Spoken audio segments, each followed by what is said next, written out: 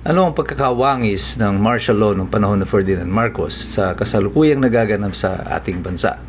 Ito po muli si Attorney Michael Perario at narito po tayo sa part 3 ng ating serye sa Kudeta at People Power Revolution. Bago pa po magdeklara ng martial law si Marcos noong 1972, ay nauna niyang itinatag noon ang Philippine Constabulary, yung PC, na ang pagkakawangis nito sa mga ibang mga leader ay kagaya ito nung itinayo ni Hitler, yung kanyang Gestapo, ang kanyang separate na army na loyal sa kanya. At sa panahon ni Marcos, itong PC ang kanyang ginamit upang tumawid patungo doon sa hanay ng mga pulis. Ito yung INP, Integrated National Police noon.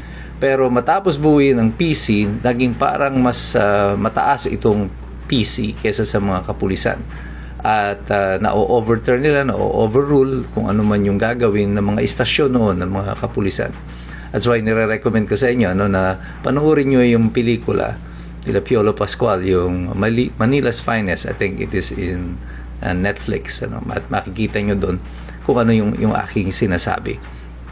At nung pong natayo na yung PC, ironically, ang pinuno po ng PC, ng Philippine Constabulary, is Fidel Ramos.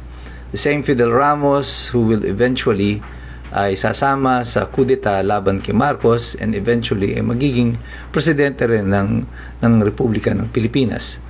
Pero nung naideklara ang martial law, ibinenta ni Marcos ang martial law, the martial era, as bagong lipunan, a new society. However, kung mapapansin ng mga ilan, and many historians will agree, na ito ay pinattern ni Marcos sa cultural revolution ng mga Communist Party sa China under Chairman Mao Zedong. And ang sa kanila noon, yung cultural revolution ay pagbabago ng lipunan, pero wawalisin mo lahat yung luma. And that is exactly what happened under martial law. Lahat ng opposition leaders, they were jailed, they were sent to exile. Si Ninoy Aquino was sent to exile after siya ay na-convict ng military tribunal ng treason. And he was sentenced to death. However, the sentence was never carried out kasi nag-hunger strike si Ninoy Aquino, and then eventually nagkaroon siya ng sakit. Pagkatapos siya ay inilipad nila sa Amerika to go on an exile. Pero history will tell us na yung pagpunta na yan ni Marcos, ni Ninoy Aquino sa Amerika ay mas nakatulong pa para sa kanyang paglago o paglakas bilang isang political leader. At sa tingin ko, ito naman ay naging opposite ang effect kay Ferdinand Marcos. Sa panahon ng martial law ay nagkaroon ng dalawang larawan ang Pilipinas. Isang larawan ng development and affluence, at yan po ang nire-representa ng Maynila. At nagpatayo nga po dito sa atin sa Maynila, sa Kamaynilaan, ng maraming mga struktura ang administrasyon ni Marcos para ipakita na tayo ay umuunlad na at yumayaman. Kanya po na itayo dyan yung PICC, the Cultural Center of the Philippines, Folk Arts Theater, the Experimental Cinema of the Philippines, at marami pang mga complex around Metro Manila to show the world na ready na tayo. At sa totoo, dito nga ginanap noon yung isang Miss Universe kung saan nanalo si Gloria Diaz. However, yung isang larawan ay naroon sa kanayunan. At doon sa kanayunan, naroon ang larawan naman ng kahirapan.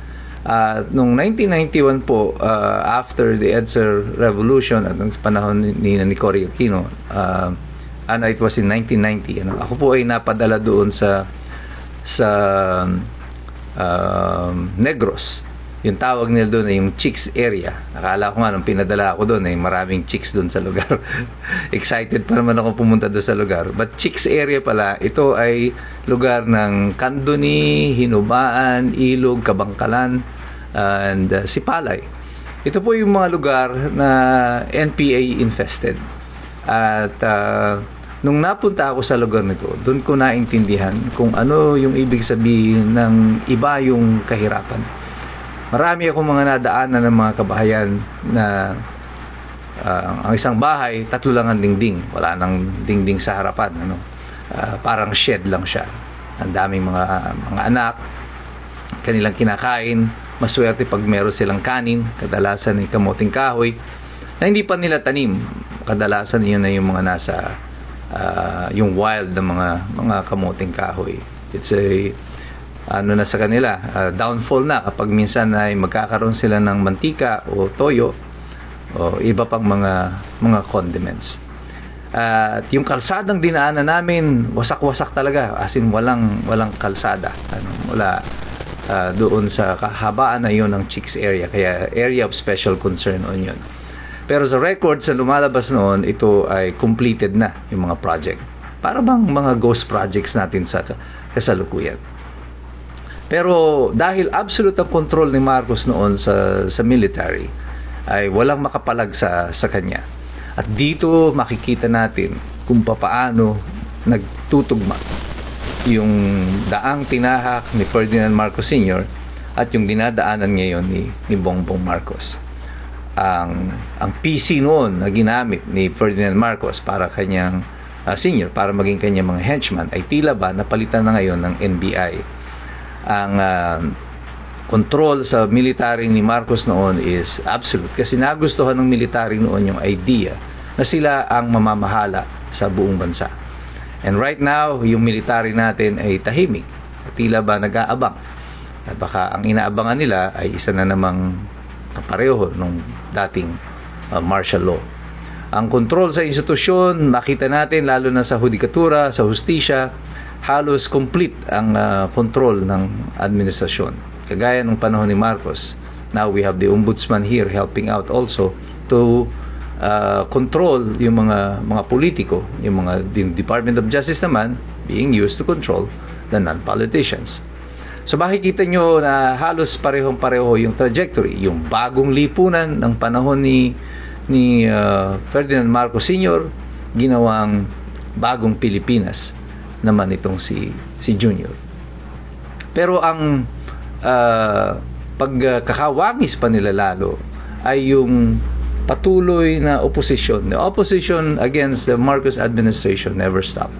Even when they jailed the major personalities. Kahit na po ikinulong na nila yung mga tao, kagaya ni Ninoy Aquino, nila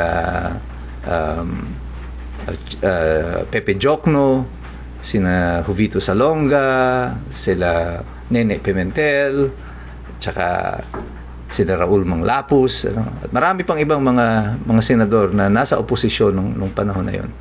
Hindi po tumigil ang taong bayan at nagpatuloy ang pakikipag laban ng oposisyon. Pero ang malungkot dyan ay lumakas noon ang CPP-NPA bilang alternatibo ng mga mamamayan na inaapi ng batas militar o yung martial law. And sa kasalukuyan, makikita natin na tila ba nagkaroon na ng kampihan, parang kampihan. Sa hanay ng mga makakaliwa, yung mga sinasabing progressives, yung mga pink dilaw, at saka yung mga makabayan black and everybody else, except yung existing remnants of the PDP laban at saka nila Sara Duterte. Dito makikita natin na kung paano parehong-pareho ngayon na tumataas yung dalawang riles ng kasaysayan na ito na ating dinadaanan. Ang una, noong panahon ni Ferdinand Marcos Sr. at ngayon ni Ferdinand Marcos Jr. Tayo ba ay tutungo sa isa na namang era ng martial law? At yan po ang dahilan kung bakit natin ibinabahagi sa taong bayan kung ano yung nangyari sa kasaysayan noon, sapagkat kung gusto mong makita kung saan tayo patungo, tignan nating lahat kung saan tayo nanggaling. Pero tayong lahat, patuloy tayong magmamasid, makikialam, mag-aaral, kasi alam nating lahat, mahirap makialam ang taong walang alam. God bless you, God bless us all. Mabuhay ang Republika ng Pilipinas. We are the resistance.